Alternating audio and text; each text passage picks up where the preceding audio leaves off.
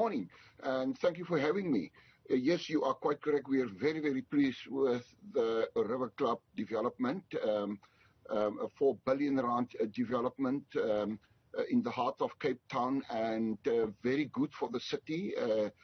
For us to attract investors of that magnitude and construction of that magnitude. It will mean a lot for Cape Town's local economy, the economy of the Western Cape at large.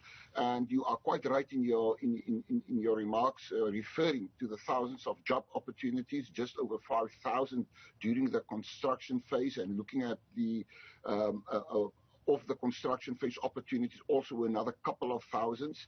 And it bodes well for us looking at the trying times we're in still with COVID-19 and that sort of thing. We're still with thousands of people sitting at home, and the rejuvenation of our economy, that for me is key. And so that people can earn their own money, put their own bread on the table. And I also listened to some of your other comments made with regard to the canal, the river, and that sort of thing. We look at all of those issues. We've dealt with all of those issues during the planning stages. We had a full team of City of Cape Town's development planners and environmental people, clued up engineers and that sort of thing with the developer, with his team, and their engineers, their planners, and it's a amicable kind of a solution we approve as a City of Cape Town. And look, the upgrading of the canal, the new road systems, the ecology. We had a team of environmentalists on board. We had our heritage people on board. So there's no fear that we will compromise any of those issues mentioned.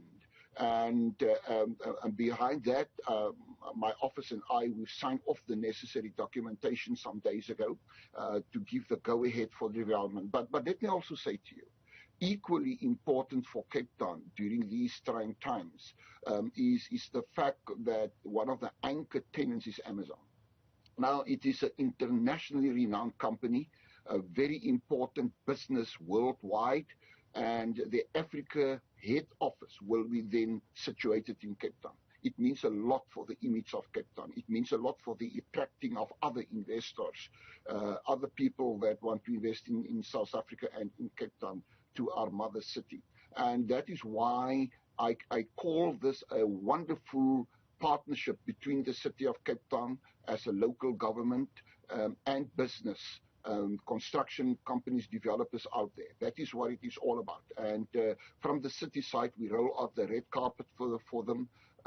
We made sure that there was no delay in the planning stages with the approval of whatever we had to approve as a city. We diligently worked through all the documentation over a period of 3 to 4 years. And I think Amazon is quite happy. I think the developer is happy.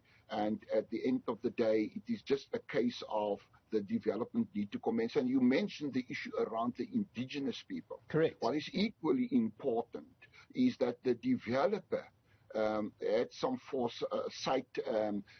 He had his own meetings with the indigenous groupings in Cape Town. And I equally had meetings with them, because if they can't get their way with the developer, with everything stops. The buck stops with the mayor's office, if I can put it to you like that. And people are rushing to the mayor's office. They want the mayor's office to intervene, to make a phone call or two. But it is a brilliant partnership between a developer and indigenous groups. I think, if I'm not mistaken, and you guys can correct me down there, that it is the very first time in the history of Cape Town, maybe in the history of South Africa, that such a wonderful, beautiful partnership could be structured between Khoisan and San, indigenous groupings, and a developer, to develop a multi-million rand development.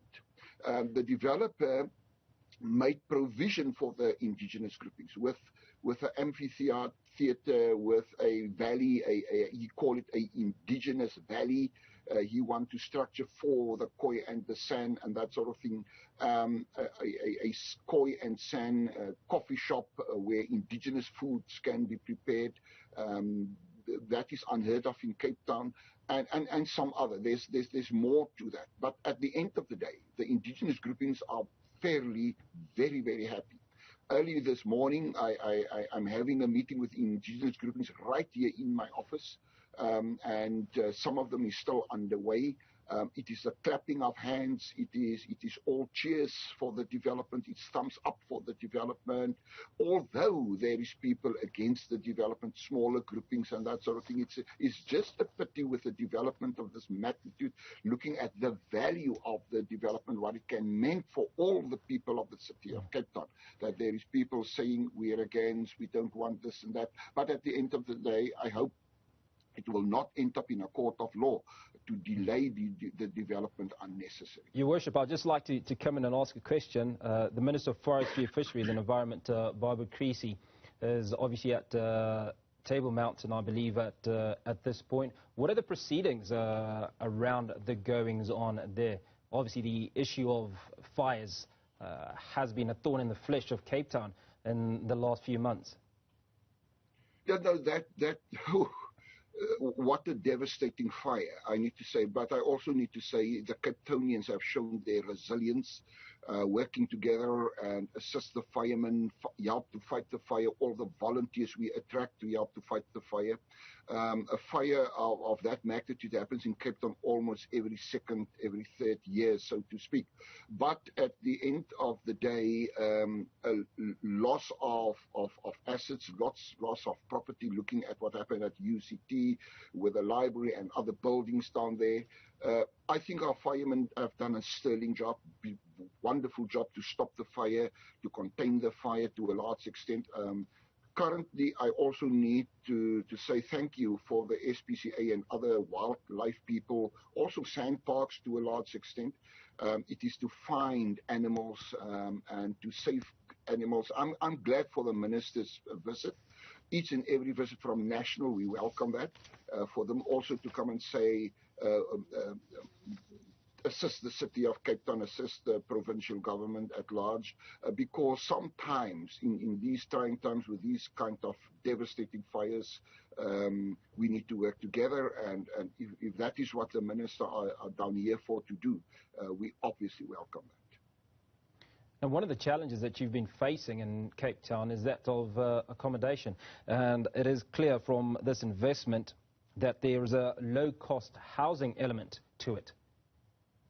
No, definitely. We appreciate that as well. Many of our developments do have a housing component. It's not always that a low-cost component is conducive. Looking to incorporate a low-cost component in a multi-million rand development, that's always a debatable kind of an issue.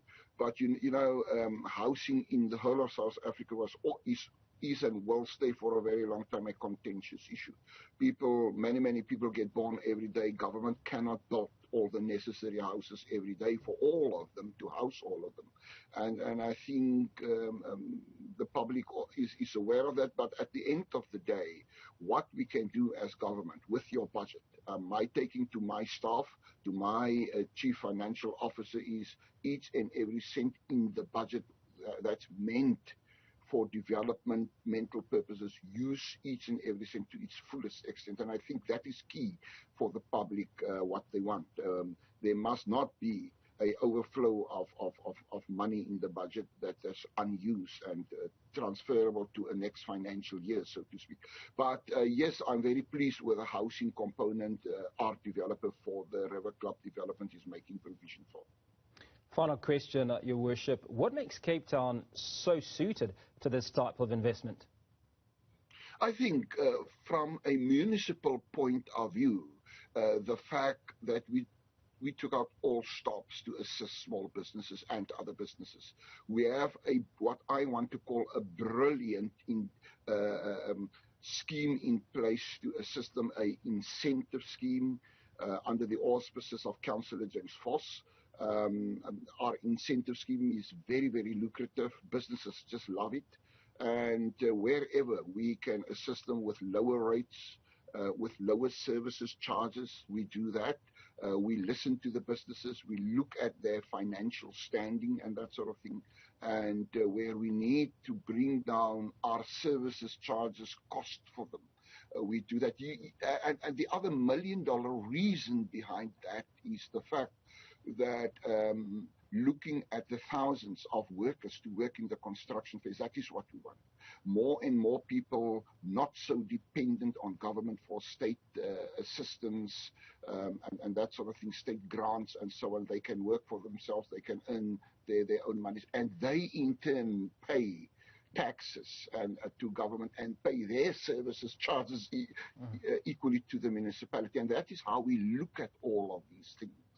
And it bodes well, it worked well to say, provide businesses with the necessary incentives so that they can concentrate on doing business and concentrate on employing as many people possible, so that those people in turn can pay their dues to the municipality. But also, more and more businesses from abroad see this, and they love it.